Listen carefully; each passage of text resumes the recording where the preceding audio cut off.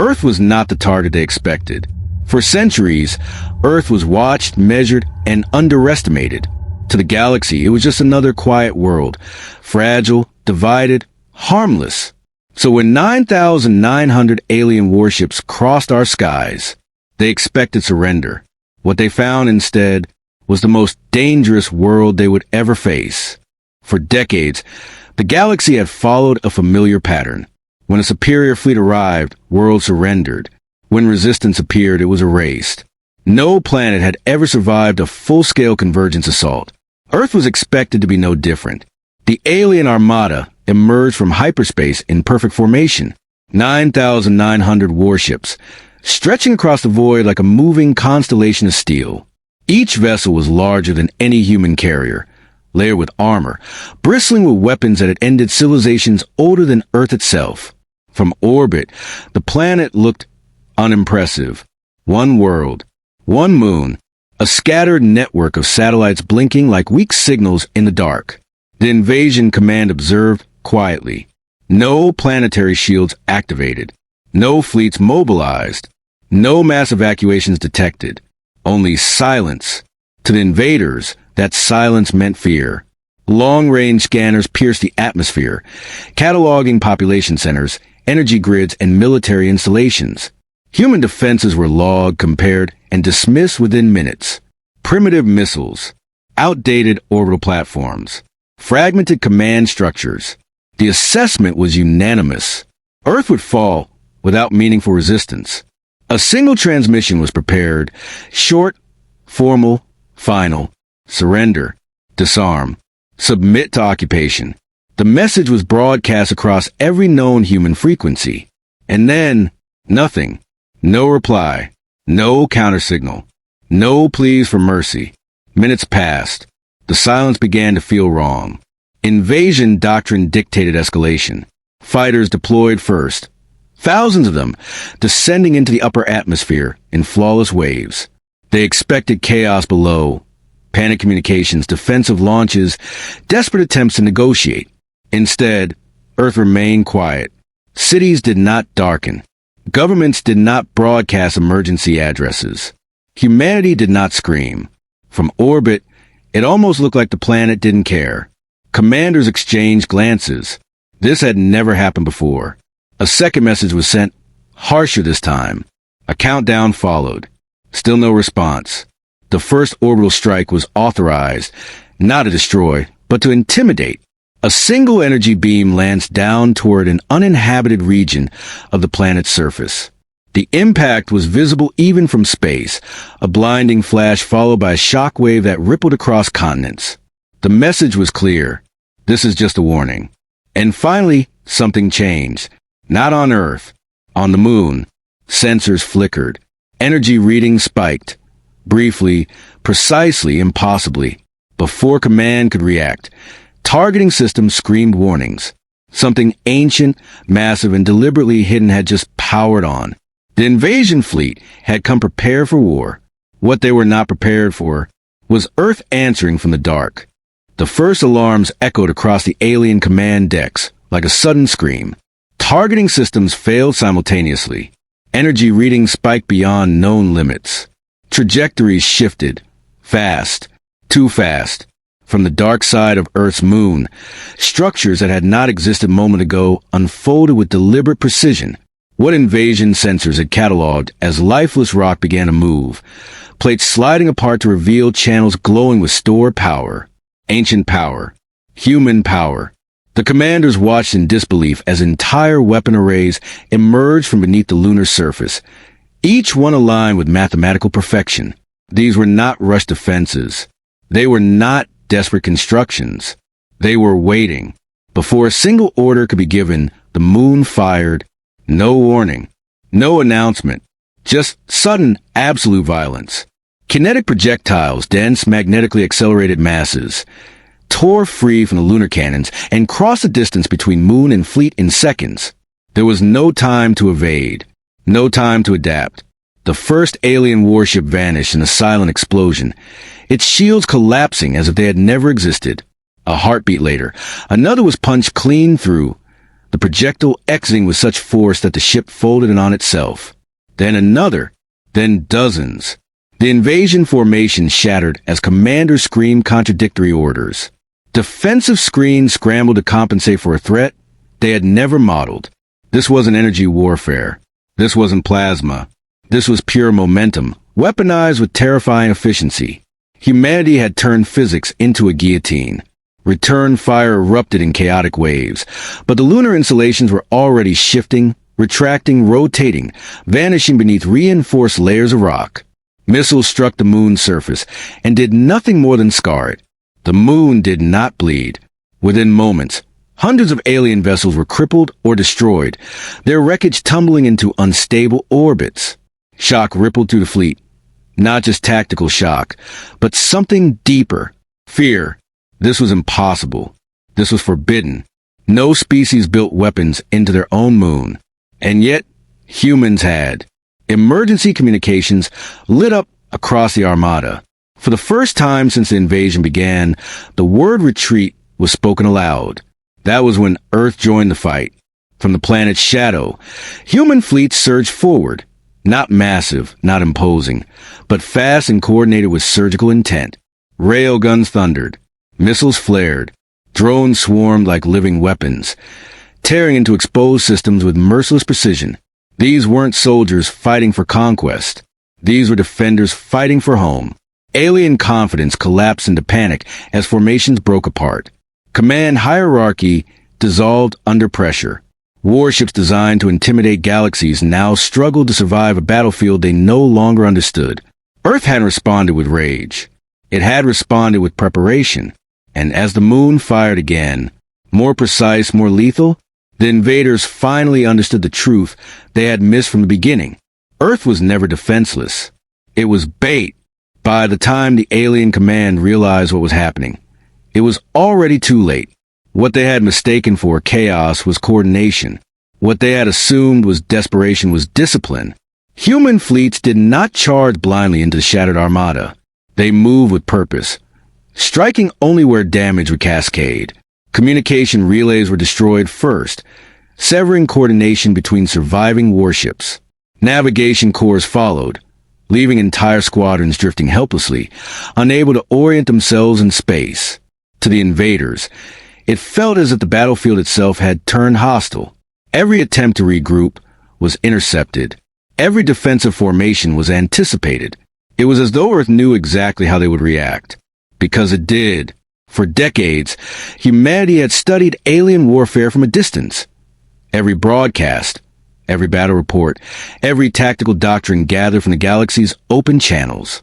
Humans had learned their enemy's strengths. More importantly, they had learned their habits. The invasion fleet relied on overwhelming force and rigid hierarchy. Once command fractured, confusion spread like a disease. Orders contradicted one another. Some captains attempted retreat. Others charged forward in blind defiance. That hesitation was fatal. From Earth's upper atmosphere, new weapons emerged, orbital platforms disguised for generations as civilian infrastructure. They unfolded silently, releasing swarms of autonomous strike craft that hunted targets with cold efficiency. These machines did not feel fear. They did not hesitate. They did not miss. Alien warships began to fall in clusters, picked apart piece by piece. Engines disabled, weapons silenced, hulls breached. Some ships attempted to surrender transmissions for the first time in their history. Humanity did not respond. Not yet. On the invasion command flagship, panic finally broke through discipline. Tactical projections no longer showed victory scenarios, only survival probabilities, each one worse than the last. Hundreds of ships were already gone, thousands damaged. Escape vectors were collapsing as Earth's gravity well became a cage. And still, the moon watched. Its weapons did not fire continuously. They waited. They calculated.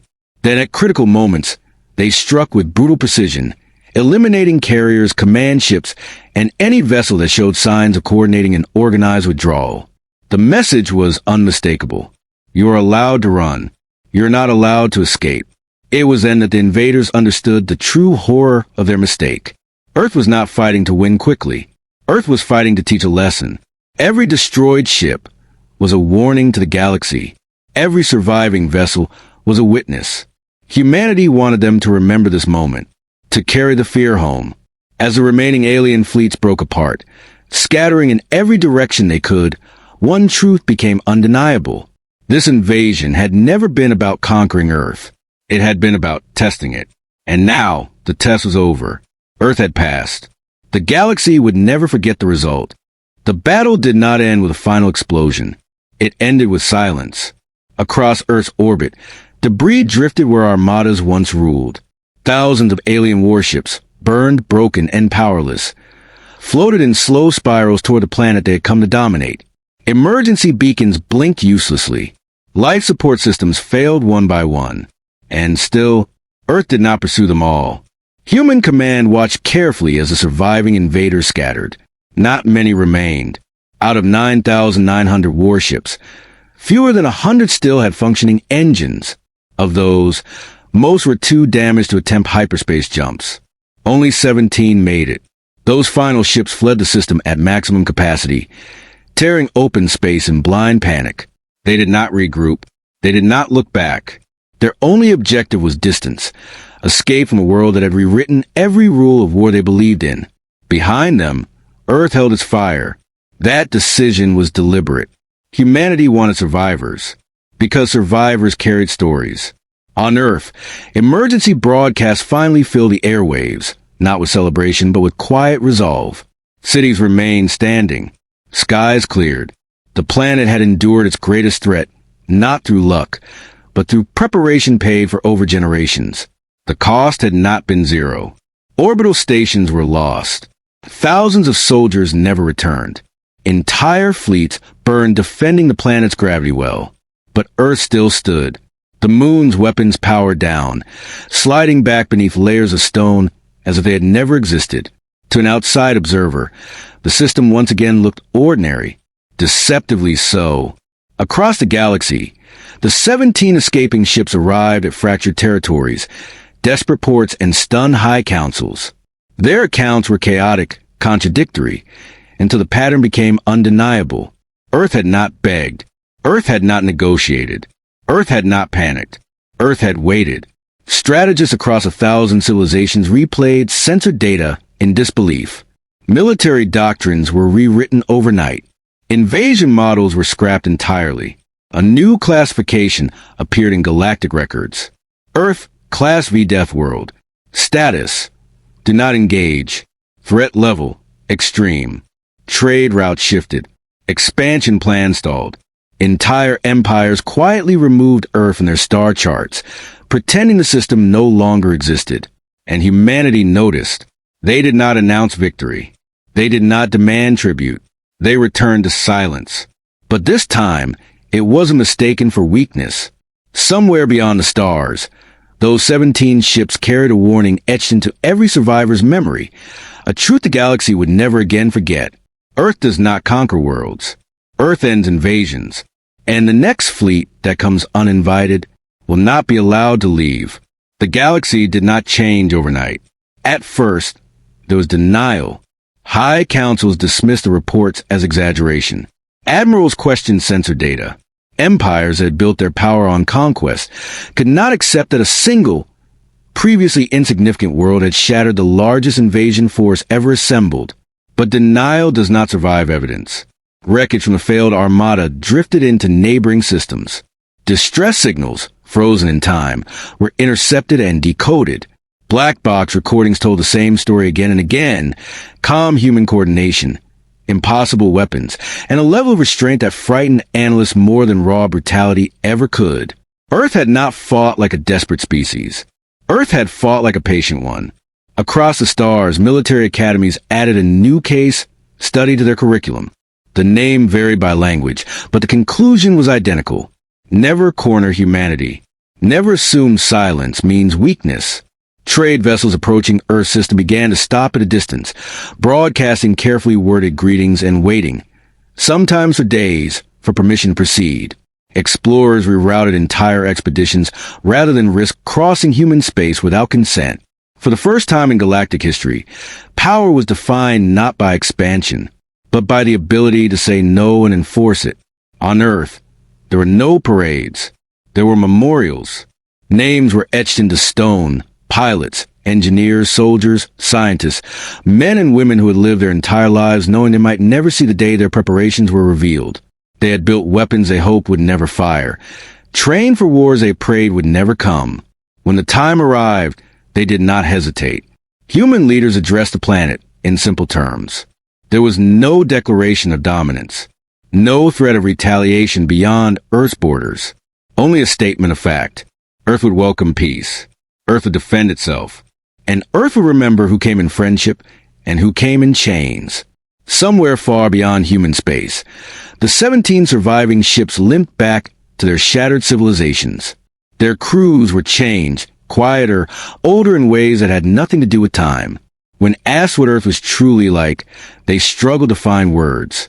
Not monsters, not gods, something more dangerous.